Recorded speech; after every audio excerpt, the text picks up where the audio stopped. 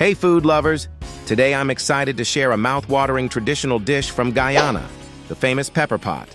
This rich, hearty stew has been warming hearts and homes for generations, and I'm going to walk you through making this incredible dish.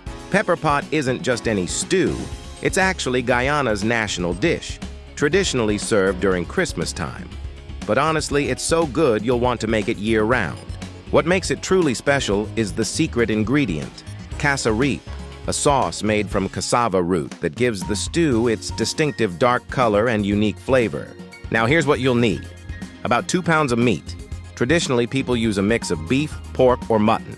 You'll also want some garlic, onions, thyme, hot peppers, depending on how spicy you like it, and of course that magical cassareep.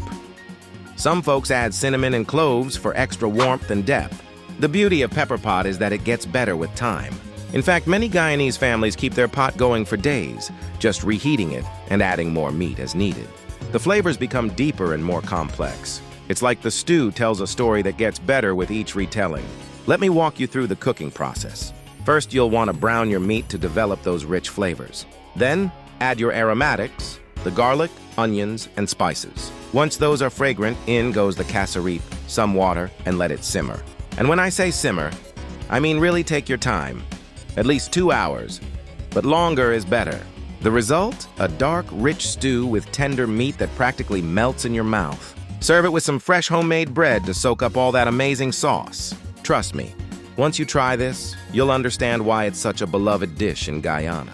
Here's a pro tip. If you can't find cassareep locally, check Caribbean markets or online stores. It's worth the effort to get the real thing.